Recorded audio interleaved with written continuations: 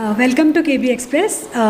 हमारे आज की कारवां में हमारे साथ हैं सुधा सिंह जी, जो नगर सेविका हैं अंधेरी वेस्ट की। सुधा जी, बहुत बहुत स्वागत है आपका। आज हम उत्तर प्रदेश दिवस के मौके पर मिले हैं यहाँ पर।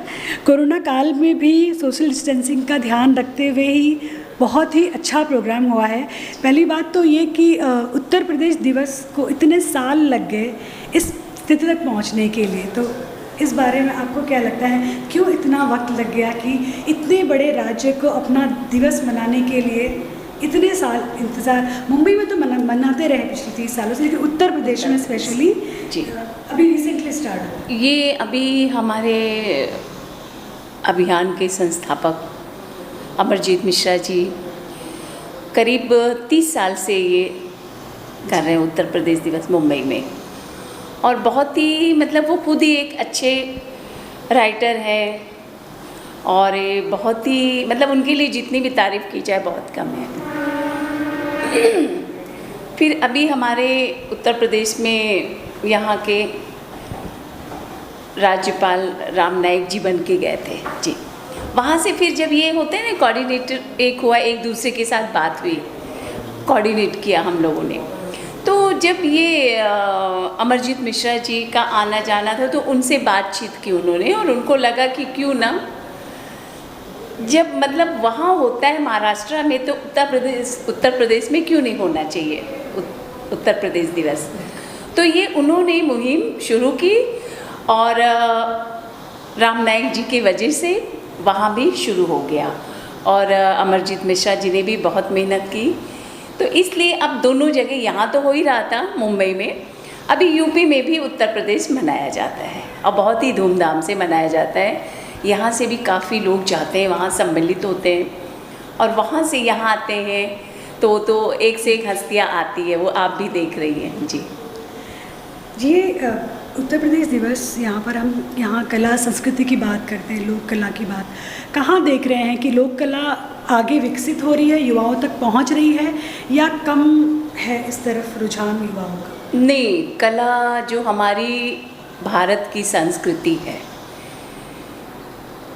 तो उसमें अभी जो हमारी नई जनरेशन है वो बहुत ही अपने किसी भी क्षेत्र में लीजिए, वो सिर्फ कला ही नहीं, किसी भी क्षेत्र में हो, एजुकेशन हो, काफ़ी चीज़ें, तो जो बहुत ही अवेयरनेस है उनके अंदर, जो नई पीढ़ियाँ भी हमारी है, तो हर चीज़ में वो रुचि ले रहे हैं और हो रहा है। और जिसमें से खासकर जो हमारे उत्तर भारतीय या उत्तर प्रदेश हुआ या बिहार हुआ, तो जो भी हमारी संस्कृति है कि आज भी वो चीज़ें जो हमें करना चाहिए, मानना चाहिए, जो हमारे बड़े बुज़ुर्ग होते हैं उनका रिस्पेक्ट करना। आज भी घर में सर के ऊपर बहुएं पल्लू रख के ही बातें करती हैं, बहुत ही फ़र्क पड़ता है। और जो हमारी संस्कृति है वो तो हमें पालन करना चाहिए हमारे भारत की जी। आप एक महिला हैं और इतनी बड़ी पोजीशन पे हैं। उत्तर प्रदेश में महिलाओं का भविष्य या महिलाओं को कितनी आज़ादी या कितनी छूट अब मिल रही है? हम पहले की बात करें, कितना विकास महिलाओं का हुआ है सही मायने? नहीं, पहले भी था, लेकिन ये आपका कहना बिल्कुल सही है कि पहले में और अब में बहुत फ़र्क है। पहले बहुत कम महिलाएं जो थी जो बाहर एक्टिव रहती थी, जिसमें से खासकर जैसे पॉलिटिक्स में हुआ या और भी से क्षेत्र में का, लेकिन अभी आजकल तो बहुत ज़्यादा है और फ्रीडम भी उतने ही है। जो हमारे पेरेंट्स हैं वो भी काफ़ी, हर क्षेत्र में महिलाएं किसी भी चीज़ में पीछे नहीं हैं। मैं आपकी बात करूँ तो आपकी जर्नी कैसे रही? मतलब सब कुछ बहुत आसान था? नहीं, सब कुछ आसान तो नहीं है, कोई भी चीज़ मिलना, प्राप्त करना, स्ट्रगल, लेकिन वो बहुत ही अच्छी बात है जो हम स्ट्रगल करके, जो ज़मीन पे चल के हम प्राप्त करते हैं वो हमें मिलती है, वो मिलने से बड़ी खुशी मिलती है। तो जैसे आपके लिए किस तरह के स्ट्रगल आए? हमारे स्ट्रगल, एक तो सबसे पहले तो हम खुद एक आर्टिस्ट हैं, कथक डांस जी। हमारे गुरुजी थे पंडित अर्जुन मिश्रा जी, और वो खुद बिरजू महाराज जी के शिष्य थे। और उसके पहले वो पंडित राम नारायण मिश्रा जी कलकत्ते से। तो करीब हमने 16 साल सीखा। तो प्रोफेशनल मेन हमारा डांस ही था, कथक डांस, और उसके बाद फिर हम पॉलिटिक्स में आए। एनजीओ भी है अलंकार क्रिएशन जी, और हम अभी एट प्रेजेंट अंधेरी पश्चिम विधानसभा महिला मोर्चा अध्यक्ष भी हैं। मज़ा आता है काम करने में, और महिलाएं जो स्किल डेवलपमेंट में, जैसे अभी हमारे पंत प्रधान श्री नरेंद्र मोदी जी, वो महिलाओं के लिए बहुत कुछ कर रहे हैं, तो मज़ा आता है काम करने में जी। आप महिलाओं के लिए काम कर रही हैं, गांव की महिलाएं और शहर की महिलाओं के संघर्ष में कितना फ़र्क है और दोनों की प्रॉब्लम्स किस तरह की अलग अलग? गांव की महिलाओं में और शहर में सिर्फ थोड़ा एक एजुकेशन का तो फ़र्क है जो है, लेकिन अभी थोड़ा थोड़ा कहीं कहीं जहाँ एजुकेशन नहीं है, जिस गांव में जहाँ पे है नहीं, उनकी सुविधाएं नहीं है, बहुत सी जगह है जिससे बच्चे बाहर उनको जाना पड़ता है। लड़कों को भेजते हैं पर लड़कियों को नहीं भेजते, आज भी वो चीज़ है। लेकिन चीज़ें, बहुत सारी चीज़ें हैं जो अभी मोदी जी उसको चाह रहे हैं कि वो चाहे शहर हो या गांव में हो, एजुकेशन इक्वल होना चाहिए और किसी भी चीज़ में हम पीछे ना रहें। मुंबई की महिलाओं का किस तरह का स्ट्रगल या किस तरह की चीज़ें आपके सामने आती हैं?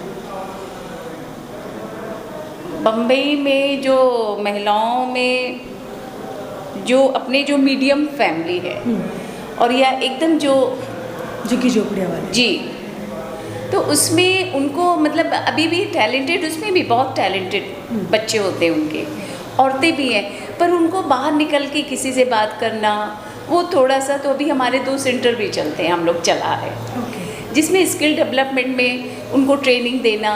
अच्छा, हाँ, पार्लर का है, स्टिचिंग का है, फिर उनको ट्रेनिंग करने के बाद हम उन्हें रोज़गार भी जी। तो कितनी महिलाएं वहाँ पर आती हैं और किस तरह? अभी इस वक्त हम लोग के साथ करीब 450, 460 समथिंग है। तो ये सारी चीज़ें हैं, और उनको बहुत संकोच लगता है कि हम बाहर जाएंगे तो क्या बात करें, क्योंकि वो एजुकेशन नहीं है उनके पास, कॉन्फिडेंस भी नहीं मिलता जी। तो हमें उनको ये समझाना पड़ता है जी कि ठीक है, हमारी जो मातृभाषा है वो अलग अलग स्टेट हो, चाहे मुंबई हो, मुंबई में हुआ अलग है, हमारी मराठी है, यूपी में भोजपुरी भी कई लैंग्वेज होते हैं वो, तो हम सबको एक लैंग्वेज, कोई ज़रूरी नहीं कि हमारी आपकी एक दूसरे को लैंग्वेज आती होगी, इंग्लिश भी सबको नहीं आती है।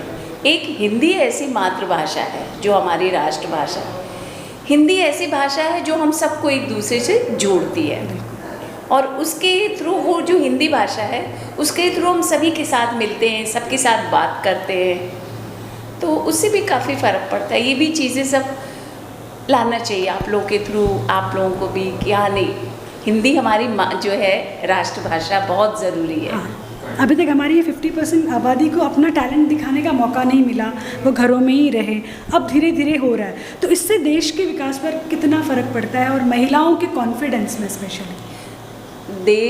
देश में जो विकास, जैसे अभी आप देखिए, वो कोई भी चीज़ हो, हमारे पंत प्रधान श्री नरेंद्र मोदी जी ने आज किसी भी क्षेत्र में हो, देखिए हमारी महिलाएं कहीं भी पीछे नहीं है, वो कोई किसी भी लाइन में हो, तो इसमें कुछ मतलब ऐसा है नहीं कि किसी भी चीज़ में कोई प्रॉब्लम हो रही है उनको, और बहुत ही उनमें अंदर जैसे एक शक्ति कहते हैं ना, तो वो शक्ति देखिए एक ही रूप में कितने रूप उनको निभाने पड़ते हैं। वो पहले माँ बनती हैं, माँ के बाद फिर देवर है, सास है, ससुर है, फिर जो बाहर है हस्बैंड का, काफ़ी सारी चीज़ें, तो उनके अंदर इतनी सहन शक्ति होती है कि उस सहने के बाद वो कुछ भी कर सकती है, वो अंतरिक्ष में हो चाहे अपने कहीं भी हो, किसी भी लाइन में आप देखिए, नेवी हो, आर्मी में हो, हर लाइन में आज फ्लाइट देखिए, किसी भी चीज़ में, मतलब तो बड़ी खुशी होती है, एक गर्व होता है।